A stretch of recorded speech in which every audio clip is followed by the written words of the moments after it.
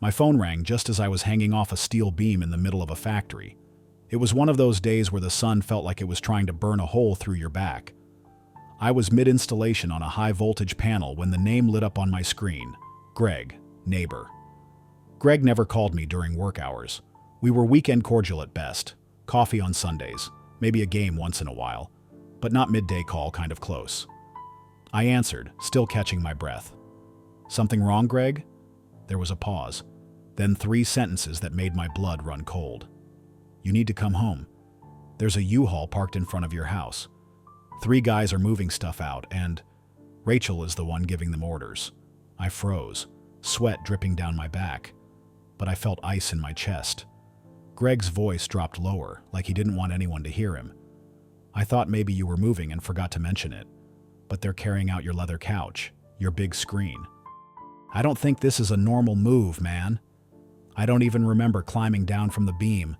All I know is, the moment my boots hit solid ground, I ran, yanked off my gloves, threw my hard hat aside, shouted something to my supervisor about an emergency, possible break-in, and then I was in my truck, tearing through traffic like the world was on fire.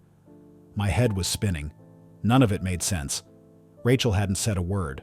No fights, no signs. Just last night she'd asked what kind of cabinets I wanted for the kitchen remodel. But then I turned the corner onto our street and saw it. The U-Haul, parked crooked on our front lawn, ramped down. One guy was hauling out the wooden dresser I built myself. Another carried my sound system. And right there, front and center on my grass, was Rachel. Leggings, tank top, hair in a bun, clipboard in hand. She didn't look flustered. She looked focused, like she was just checking off another to-do on her list. Standing beside her was a guy in designer sunglasses and a smug-ass polo. He looked like someone's ex, and a sleazy car salesman had a baby.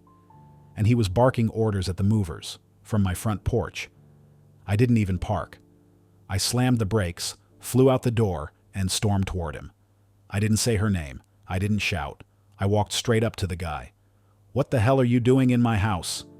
He looked me up and down like I'd just interrupted his spa day. "Mind your business, pal." I don't remember balling my fist. I just remember the first punch, the crunch of teeth, the jolt through my wrist up into my shoulder. He dropped. Sunglasses flew. Blood spilled from his mouth. I got on top of him and kept swinging. Again and again. Everything around me disappeared. Just me, this guy, and the feeling of being robbed in broad daylight.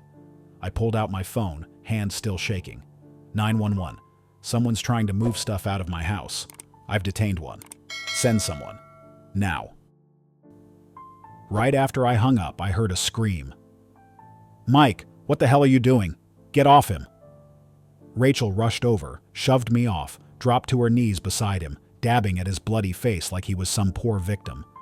I was panting, chest heaving, and I yelled, "You know this guy?" She looked up. No shame, no fear, just annoyed, like I was the one causing a scene. "Yeah, this is Tyler, my boyfriend."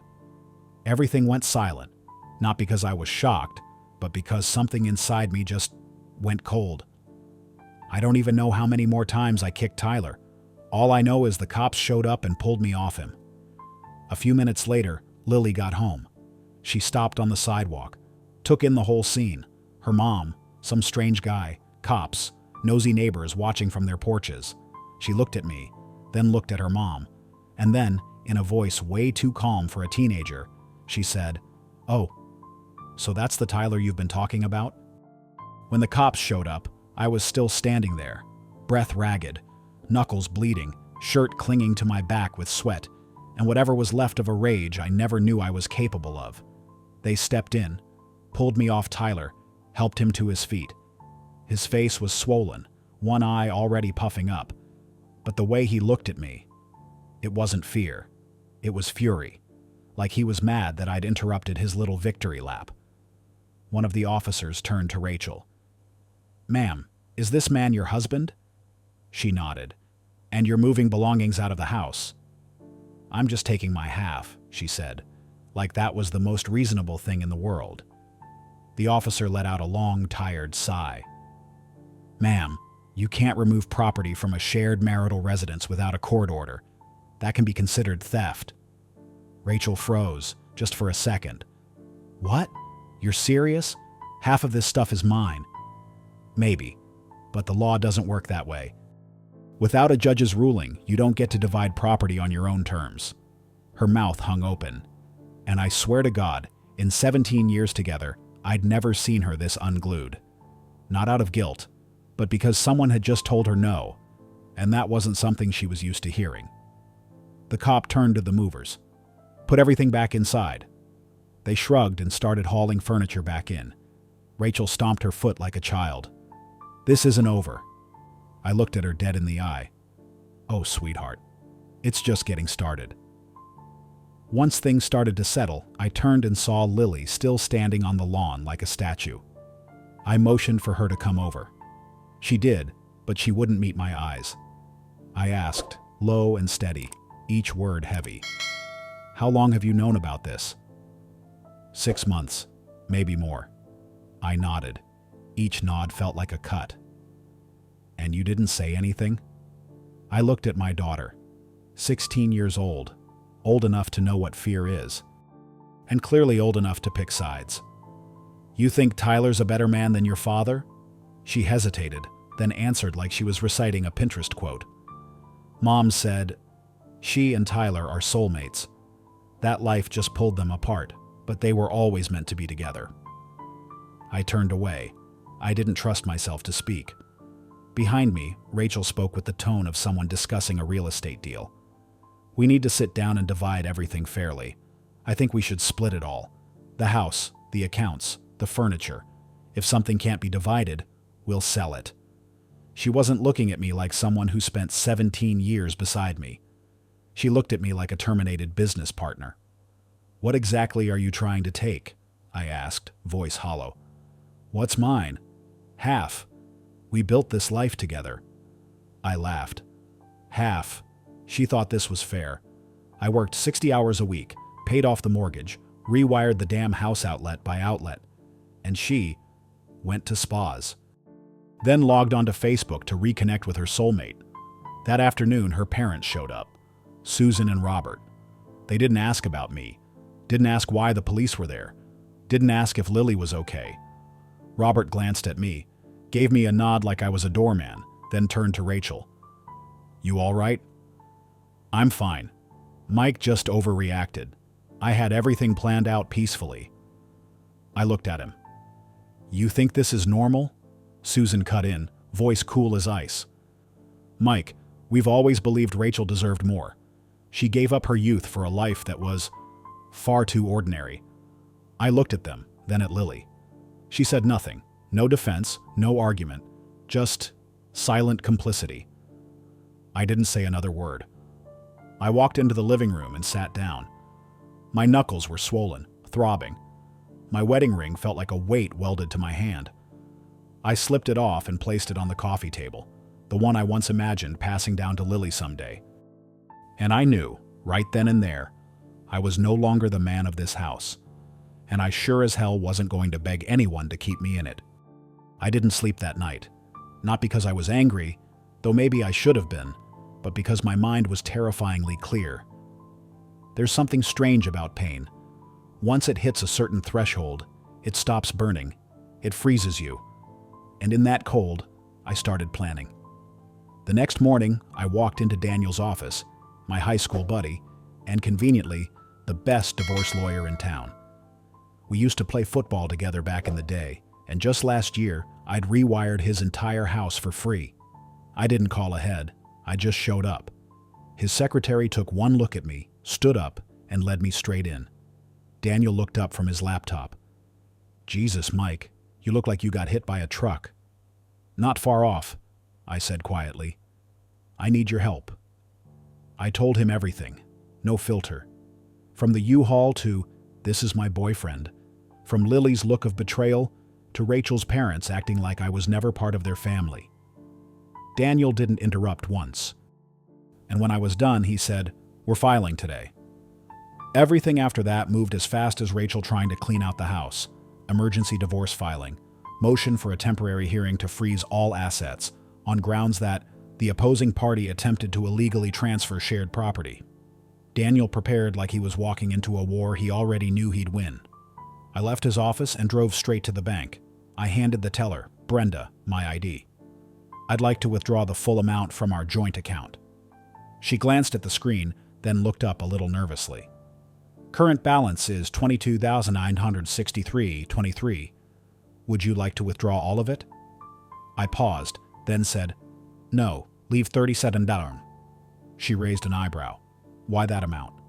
I looked her dead in the eye. That's the total my wife has contributed to this account over the past year. I signed the withdrawal slip and walked out with a printed bank statement in my pocket, a tiny piece of paper with enormous value. Then came a string of clean, precise moves. I called the insurance company and removed Rachel from my 401k and life insurance beneficiaries. Called HR and updated my beneficiary to my sister, the one person who'd always had my back. Called the credit card company, reported a lost card to instantly disable the shared account. Canceled all streaming services, Netflix, Hulu, Amazon, Spotify. Called the gym. Rachel's no longer part of the family plan. Take her name off. I didn't leave a single thread she could use to stay connected to my life, not even a damn TV remote. And then I made one more call. Not to Rachel, but to my mom. She stayed quiet for a while after I told her everything. Then she said, Mike, I can't say I'm surprised. Why didn't you say anything before? Because you loved her too much, and I didn't have proof. Just a mother's instinct. But we always know. I told her I was thinking of letting Rachel keep Lily, and her response was immediate. Are you sure about that? She's still your daughter. Mom, I can't look at her without remembering the way she chose Rachel's side. She knew. She hid it. She told me her mom deserved more, that if Tyler hadn't moved to Europe, she would have been his daughter. I didn't yell. I didn't cry. I just said it, like I was reading a bank statement of my own emotions. My mom sighed, voice softer now. Then let her stay with me for a while. Give both of you some space. But don't make anything permanent while you're still hurting. I nodded. She was right. But in that moment, I just wanted silence. The next day, Rachel was served the divorce papers, hand-delivered at her hair salon. I paid extra for same-day delivery. I wanted her to know I wasn't sitting around waiting to be sliced in half. The house, in my name, I bought it 2 years before we even got married. The moving truck, company property, mine. The sedan she drives, separate asset. She gets to keep that. I didn't ask for alimony. We made about the same income. The only thing I agreed to? Basic child support for Lily until she turns 18. Not a cent more. Then Rachel started calling. First angry, then panicked, then begging. I didn't answer. Just sent one short reply via text. All communication goes through my attorney. No shouting, no swearing. Just victory in silence. I let her have Tyler. I let her have our daughter.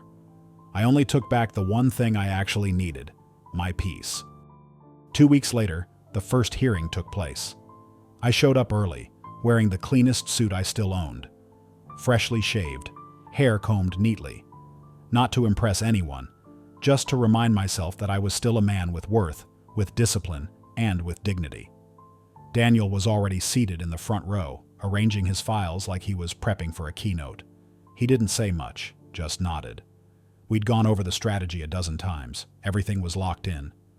A few minutes later, Rachel walked in. She held a thin folder of documents and was followed by a young female attorney, green, maybe 2 or 3 years out of law school, tops. Her name was Vanessa, and trailing behind them was Tyler. He walked slowly, the bruise from our first encounter still puffing up one side of his face, lips pale. He didn't look at me. Good. Because if he had, I'm not sure I'd have stayed calm.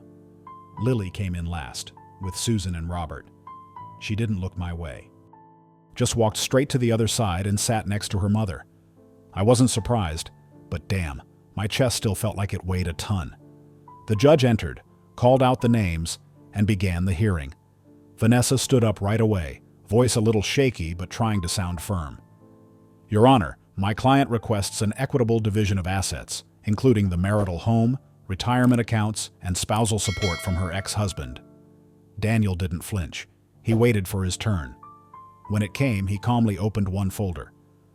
Your Honor, this house was purchased by Mike 2 years prior to the marriage. Here is the purchase agreement. He is the sole name on the title. He laid the document on the desk. As for retirement accounts, both parties have separate funds. No joint assets in that category. Their incomes are equivalent. There is no legal basis for spousal support. The judge nodded and skimmed through the files. Documents are accepted. Vanessa tried to argue, saying Rachel had contributed emotionally and with time to the relationship, but the law doesn't quantify emotions. Daniel kept going. Regarding the joint account, here's the bank statement. Mike deposited over $20,000 in the last 12 months. Rachel contributed $37. The room went quiet. Vanessa froze. Rachel flushed red. Tyler stared at the floor. The judge lowered his voice. Given the documentation provided, I'm ordering a freeze on current assets until final hearing. Any unauthorized transfers will be met with legal consequences. Just when it seemed like the hearing was wrapping up, the judge asked one more question. Who will be responsible for the care of Lily? I turned to look at Rachel. I honestly thought, genuinely, that she would fight to keep our daughter with her. But Rachel looked up, as casually as if she were canceling a dinner reservation. I'll be moving in with my boyfriend. It's far from Lily's school. I don't want to disrupt her senior year. Lily whipped her head toward her mother, eyes wide in shock. The judge turned to me. Do you agree to take custody? Daniel stood. My client proposes that Lily stay temporarily with her maternal grandparents. He doesn't want to force his daughter into any situation while she's emotionally unstable. But he is fully prepared to support her financially and provide housing if she chooses. I didn't say anything. I just looked at Lily. For the first time since entering the courtroom, she looked back at me. Her eyes were empty, like someone had drained all the trust out of her. The judge nodded, ruled for a temporary placement with the grandparents. Both Rachel and I were ordered to contribute child support. Custody arrangements would be revisited depending on Lily's emotional condition. The hearing ended. I stood, gathered my papers. Daniel gave me a silent pat on the shoulder. I turned to leave when I heard Lily's voice. Dad. I stopped. Didn't turn. What? Her voice cracked, hoarse. Do you hate me? I closed my eyes for a beat. Wanted to say yes, because you knew and said nothing. Wanted to say yes, because you stood beside your mother, who betrayed me for months. Wanted to say yes, because this hurts more than I can explain. But all I said was, I don't hate you, Lily. I just can't look at you right now without seeing the wound. And I walked away. Didn't turn around. But I heard her sob behind me, and my heart broke all over again. 3 weeks after the hearing, my phone rang while I was going over the electrical schematics for a new project. The caller ID flashed on the screen. Susan, Rachel's mom. I almost didn't answer, but something deep down nudged me. Just pick up. I slid my thumb across the screen. Hello? Her voice was softer than usual, none of the cold edge she used to carry. Mike, I'm calling about Lily. I tightened my grip on the phone. What's going on with her? She's not okay. She's not eating, barely sleeping. Her grades are tanking, and she hardly talks to anyone anymore. I think she's slipping. I sat down on a bench at the worksite. Susan went on, slower this time. She thinks you hate her, Mike. She truly believes that. I let out a heavy breath. I don't hate her. I just don't know what to do with her. I know. But there's something you should probably hear. She paused for a second. Rachel threatened Lily. Told her if she ever said anything to you about Tyler, she'd send her away to boarding school out of state. Said she'd never see her friends again. Or you. It felt like someone had clamped their hand around my chest. Susan's voice dropped even lower. She was stuck, Mike. She's just a kid. And I think she needs to know you're still there. I nodded, even though no one could see me. I'll come by. Today. I drove to Lily's grandparents' house in the late afternoon. The sun was already sinking, casting long shadows of trees across the sidewalk. When I stepped onto the porch, I saw her sitting there alone. She looked thinner than before. A baggy hoodie swallowed her frame, hair tied back in a messy knot, dark circles under her eyes. When she saw me, she shot to her feet like she wasn't sure whether to run toward me or back away. I kept my voice soft. "Your grandma called me, said you're not doing well." Lily shrugged, eyes darting away. "I'm fine." I sat down on the porch steps and patted the spot next to me. "Come sit with me for a bit." After a moment of hesitation, she did. Not right next to me, but close enough that I could feel the space between us shrinking, just a little. I didn't ask anything right away, just sat there, letting the silence loosen the tension in the air. Eventually I said, "Grandma told me what your mom said to you, if you told me about Tyler." Lily nodded, eyes welling up. She said I'd regret it. That if her life fell apart, it would be my fault. I got scared, Dad. Her voice cracked. I knew it was wrong, but I didn't know what to do. I just wanted everything to stay peaceful. I looked over and saw her shoulders shaking. "I thought you picked your mom," I said gently, not accusing, just stating what I'd felt. "I thought you saw me as the one who didn't belong." Lily didn't say anything at first. She just cried. Silent, tight sobs that made her fold in on herself like a crushed leaf. "I didn't think that," she whispered. "I never thought that." I clenched my hands, trying to keep steady. I was hurting, but I was wrong too. I shouldn't have pushed you away. She turned to look at me, her eyes red and raw. "Are you still my dad?" I wrapped an arm around her and pulled her in, gently. When was I ever not? That broke her. She started sobbing, loud this time, head pressed into my shoulder, her whole body trembling. I held her, just held her, and let her cry. Let the pain drain out in tears, for both of us. When she finally started to settle, I asked, "Would you maybe want to come visit my new apartment this weekend? It's not big, but there's a room set up for you, if you want it." Lily looked up, her eyes finally catching a bit of light. "Really? You saved a room for me?" I nodded. "Of course. You think I wouldn't be ready for this day?" She smiled, faint, but real. And for the first time in months, when I looked in her eyes, I didn't see Tyler. I didn't see Rachel. I just saw my daughter. And I knew we still had a chance. 3 months later, the apartment started to smell like a real home. Lily and I lived together, not perfectly, not without tension, but enough to make me feel like I was rebuilding something I once thought was lost for good. She went to therapy once a week, started focusing more on school. Lately, she'd been talking about college, asking what I thought if she majored in psychology. Because I want to help kids who felt stuck between their parents, like I did. I looked at her for a long moment, then nodded. "I think that's the most beautiful thing you've ever said." And Rachel and Tyler, they broke up. Turns out, Tyler was controlling, aggressive, nothing like the fairy tale father figure Rachel had painted in her head. Her dream cracked, and this time there was no one left to blame. I didn't feel joy, but I believed one thing: not everyone who betrays you is evil. Sometimes they're just chasing something they think will make them happy, until they realize they've been running away from who they really are. And then karma finishes the job. I didn't ask much about Rachel. Lily shared when she wanted to. They still met up every few weeks, usually for lunch. I didn't interfere, didn't control it. I just made sure it never pulled me back in. As for Rachel, she still texted from time to time, mostly about paperwork, taxes, Lily's health insurance, forms that needed a signature. I kept it professional, short, civil, no emotion, no overstepping. She tried, here and there, to slip in something more personal. "How have you been? Anyone new in your life?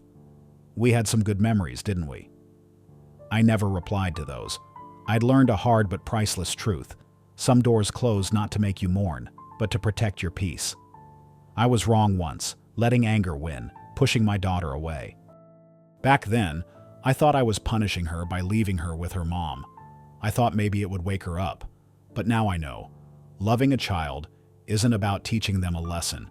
It's about teaching them safety. Lily came back, not because I forced her, but because she knew I was still here, and that I always would be.